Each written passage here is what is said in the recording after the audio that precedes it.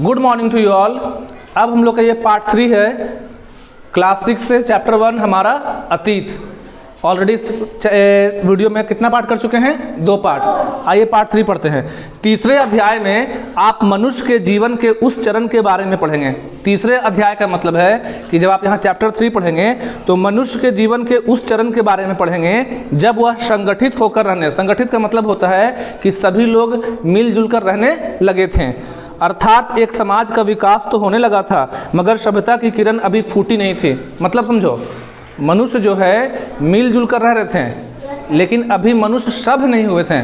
सभ्य मतलब कि वो जो है अभी कैसे बोलना है, कैसे बैठना है, कैसे क्या खाना है, ठीक है, मतलब खाना बना के नहीं खा रहे हैं, कपड़ा नहीं पहन रहे हैं, मतलब मनुष्य एक जगह तो रह रहे हैं, जिसको बोलते थे आदि मानव। आदि मानव का मतलब है, आदि मतलब शुरू, मानव मतलब इंसान, कि जो शुरू में इंसान थे वो केवल एक जगह पे रहने लगे, लेकिन अभी भी वो ना कपड़े पहन रहे हैं, ना स्कूल जा रहे हैं, ना काम करने जा रहे हैं कुछ पैसा कमाने, ना खेत में अनाज उपजा पा रहे हैं। मतलब कि उनको भी किसी चीज़ का ज्ञान नहीं है, केवल वो क्या करते हैं, एक जगह पे रहते हैं।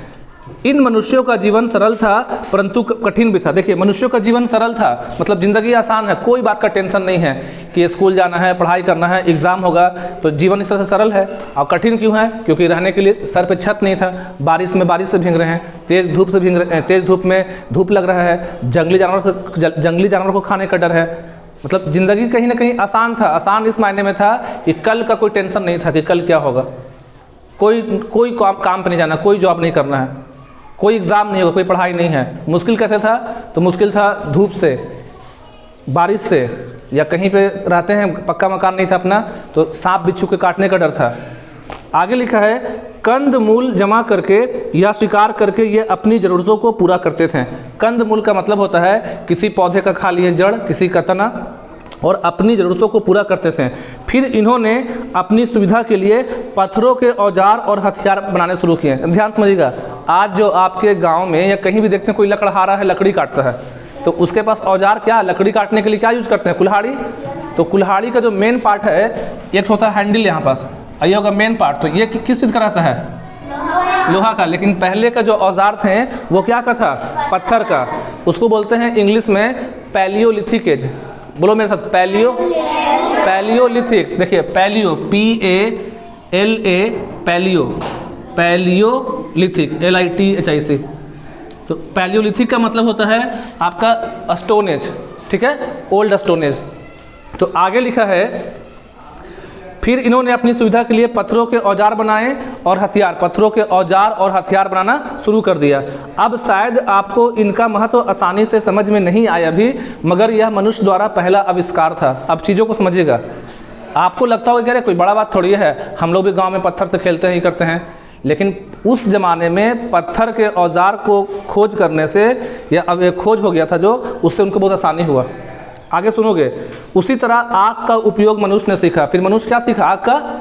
आप लोग देखते होंगे ना कि गांव में मान लीजिए पत्थर है, एक पत्थर पे दूसरे पत्थर से मारते हैं, क्या निकलता है? चिंगारी। क्या निकलता है? तो उस चिंगारी का खोज हुआ था कि आविष्कार हुआ था? खोज। खोज और आविष्कार में क्या अंतर है? खोज में और आविष्कार में बता सकते हैं अंतर?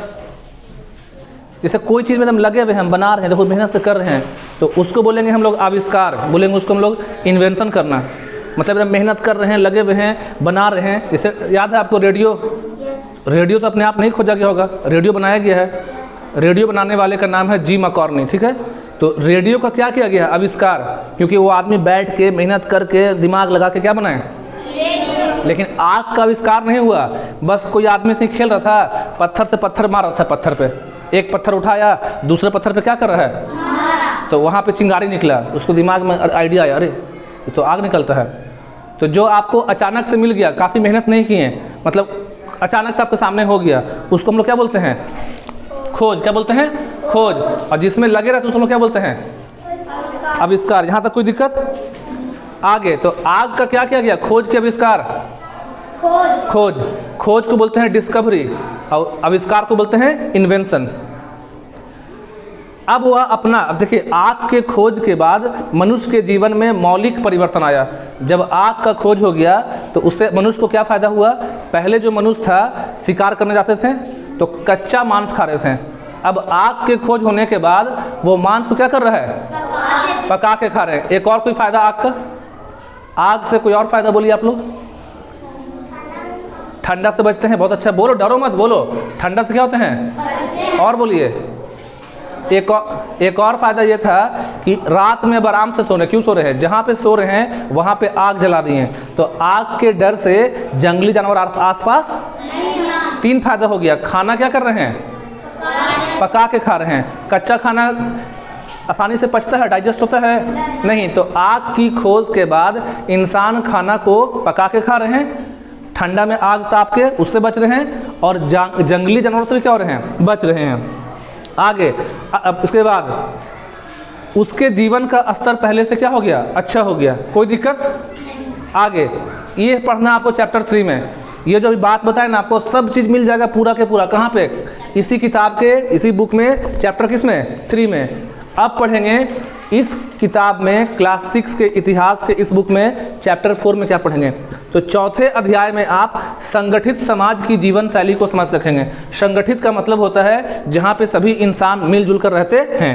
खेती तो मनुष्य ने सीख ली थी, याद रखना, खेती मनुष्य सीख लेगा। अब पशुपालन, व्यापार और यातायात में प्रगति आई। चौथे अध्याय में पढ़ेंगे कि जो इंसान है, देखिए पूजा कितनी एक्साइटेड है कि हम यहाँ चौथा बोल रहे हैं तो साथ साथ वो किताब में मिला भी रही हैं। अच्छा बात है, लेकिन बाद में मिलाना, ठीक है। सुनो, अब पशुपालन, अब के इंसान क्या कर रहा है, पशुपालन, व्यापार और यातायात। चौथे अध्याय में पढ़ेगा कि अब इंसान खेती सीख लिया है। तीसरे अध्याय तक समझ में आएगा कि खेती सीख ली है। अब इंसान किसको पाल रहा है, जानवर को। तो पशुपालन मतलब जानवर को पालना, व्यापार मतलब होता है बिजनेस करना। अब क्या कर रहा है कि कोई इंसान खेत में धान लगा रहा है, कोई जूता बना रहे हैं, कोई बर्तन बना रहे हैं, कोई कुछ कर रहे हैं, और सब आपस में मतलब क्या कर रहे हैं, खरीद बिक्री कर रहे हैं। व्यापार मतलब होता है बिजनेस करना। अब जो लोग चावल उगाए हैं उनको बर्तन भी चाहिए, तो वो चावल खरीद रहे हैं, वो बर्तन खरीद रहे हैं, मतलब बाजार में लोग सामान खरीदने लगे। और यातायात में प्रगति आई। प्रगति मतलब कि सुधार हुआ। पहले लोग चलते थे पैदल, तो अब बैलगाड़ी वगैरह कुछ कुछ आ गया। स्थिर और सुखी जीवन ने सोच विचार के लिए अवसर प्रदान किया।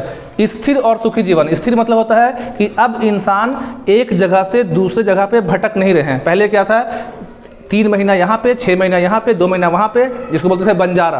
अब जीवन स्थिर हो गया, क्योंकि लोग खेती कहाँ पे कर रहे हैं, नदी के किनारे। पहले मजबूरी था, क्यों जा रहे, शौक नहीं था, क्योंकि इस इलाके में है, मान लो इस इलाके में रहे 3-4 महीना, यहाँ का सारा पेड़ पौधा जो पेड़ पौधे में फल आते हैं वो खत्म हो गया, यहाँ पे जो शिकार थे वो खत्म हो गए। तो नए भोजन की तलाश में, नई जमीन की तलाश में इंसान एक जगह से दूसरे जगह जाते थे।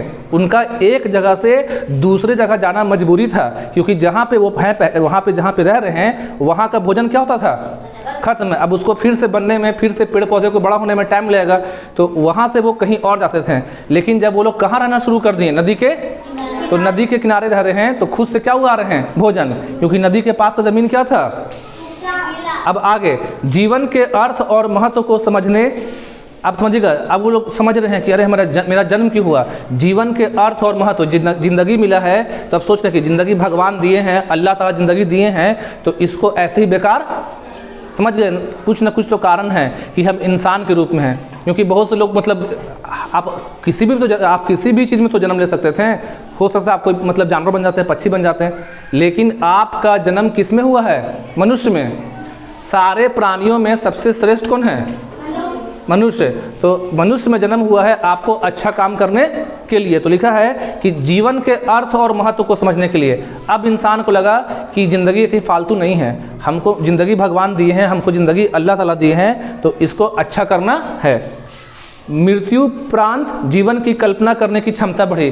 फिर लोग सोच रहे हैं मृत्यु उपरांत की, मरने के बाद भी ज़िंदगी है, कि मरने के बाद हम लोग जाएंगे कहाँ पे, तो जन्नत में जाएंगे, स्वर्ग में जाएंगे। आ रहा समझ में, लोग का दिमाग चल रहा है कि हम अच्छा काम करेंगे, मर जाएंगे तो हम अच्छा काम करके कहाँ जाएंगे, स्वर्ग या जन्नत में। खराब काम करेंगे दोजख में जाएंगे या नरक में। मतलब लोग समझ रहे हैं कि मरने के बाद भी लाइफ होता है। मृतकों के दाह संस्कार के तरीके सोचे गए। अब कोई जो मर जाता था तो उसको अब या तो जला रहे या दफना रहे हैं। पहले क्या था, कोई मर गया लाश उठा कर फेंक दो बाहर, पहले। अब क्या है कि मरने के बाद उसके परिवार के लोगों को या तो मुस्लिम है तो कब्रिस्तान में मिट्टी दे रहे हैं, या हिंदू तो क्या कर रहे हैं, शव को जला रहे हैं। आगे तो ये सब पढ़ेंगे कहाँ पे, चैप्टर 4 में। आ रहा बात समझ में। चैप्टर 5 में क्या पढ़ने वाले हैं हम लोग इस क्लास में, मतलब इसी साल हम लोग चैप्टर 5 में पढ़ेंगे। ये किसका कंप्लीट हुआ, 4 का 5वें अध्याय में आप हड़प्पा संस्कृति के बारे में पढ़ेंगे। मेरा बात क्लियर सुनो, हड़प्पा एक शहर है, क्या है? शहर। पाकिस्तान में, कहाँ है? और पाकिस्तान में जगह है पंजाब। जैसे भारत को बांटते हैं राज्य में, भारत में क्या होता है 28 राज्य, उसी तरह से पाकिस्तान देश को बांटे हैं किस में? प्रोविंस में। वहाँ पे 4 प्रोविंस में है, पंजाब, खैबर पख्तूनख्वा, बलूचिस्तान और एक और है, ठीक है, सिंध। तो उसमें से आपको इतना याद रखना है कि यहाँ जो हड़प्पा है वो कहाँ पड़ता है? पाकिस्तान। और पाकिस्तान में कहाँ? तो बोलिएगा पंजाब में। पाकिस्तान के पंजाब में। आगे यह वह चरण है जब मनुष्य ने अन्य अर्थों के सभ्य जीवन का आरंभ कर लिया। आप क्लास 6 के चैप्टर 5 में इतिहास में पढ़ेंगे हड़प्पा के बारे में। तो वो दौर है जब मनुष्य ने अन्य अर्थों में सभ्य जीवन की, और भी जीवन क्या कर लिया? सभ्य कर लिया, अपने आप को और अच्छा बना लिया। मगर लिपि विकसित न होने के कारण अपने इतिहास को लिखित साक्ष्य उससे नहीं छोड़े हैं। अब लेकिन अभी जो था ना, अभी तक इसको लिखना नहीं आया। लिपि का मतलब होता है आपको लिखने का कला, मतलब लिखने, किसी भी भाषा को जो लिखने की लिखावट होती है उसको लिपि बोलेंगे। तो चैप्टर 5 में पढ़ेंगे हड़प्पा के बारे में, और वहाँ पे सीखेंगे कि चैप्टर 5 में जो है कि इंसान जो है सभ्य तो हुआ, लेकिन अभी भी इंसान को लिखने नहीं आता था, और लिखने नहीं आता है तो वो कुछ सबूत नहीं छोड़ा है। पुरातत्व या जमीन के नीचे गड़, देखिए लिखा हुआ है, पुरातत्व या जमीन के नीचे गड़ी वस्तुओं की खोज और अध्ययन ने इस संस्कृति की विशेषताएं हम जानते हैं। एक याद रखिएगा कि जो हड़प्पा है उसका खोज किए थे दयाराम साहनी 1921 में। पूछता है आपसे, हड़प्पा सभ्यता की खोज किसने की? बोलिए साथ में, दयाराम साहनी। दया, देखिए दया राम साहनी। ये आपको काम देगा, एग्जाम में देगा, कम्पिटेटिव एग्जाम में। ये केवल क्लास 6 के लिए नहीं है, आप बड़ा से बड़ा एग्जाम में बैठेंगे वहाँ भी काम देगा। हड़प्पा जो शहर है उसको कौन खोजा? याद रहेगा ना, दयाराम साहनी। दयाराम 1921 में। कब खोजा है? पढ़ा लेंगे तो आप लिख लीजिएगा, ठीक है। दयाराम साहनी क्या खोजे हैं? हड़प्पा, HARAPPA, हड़प्पा, ठीक है। हड़प्पा सभ्यता की खोज किसने की?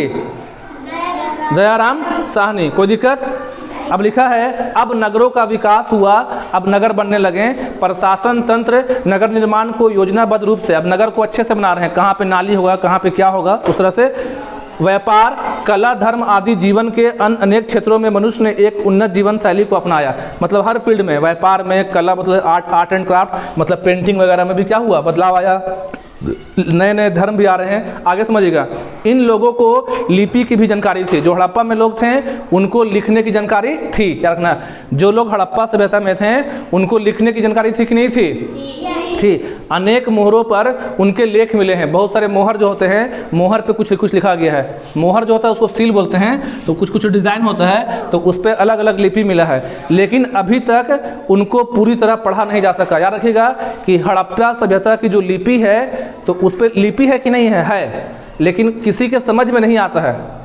आपसे क्वेश्चन बनेगा कि हड़प्पा में जो चीज़ें मिली उनमें लिपि है कि नहीं है। वहाँ के लोग लिखना जानते थे कि नहीं जानते थे? जानते थे, लेकिन उनका लिखावट क्या है वो हम लोग पढ़ पाते, या अभी किसी के भी समझ में, कोई इतिहासकार भी है या कोई भी है जो आर्कियोलॉजिस्ट भी है, वो पता नहीं लगा पा रहे हैं कि क्या लिखा हुआ है, लेकिन लिपि था। इसलिए हमें पूरा तात्विक सामग्री पर ही निर्भर करना पड़ता है। यही कारण है कि हम लोग जो है पूरा तात्विक सामग्री पर भी निर्भर करते हैं। ये हुआ चैप्टर 5 का।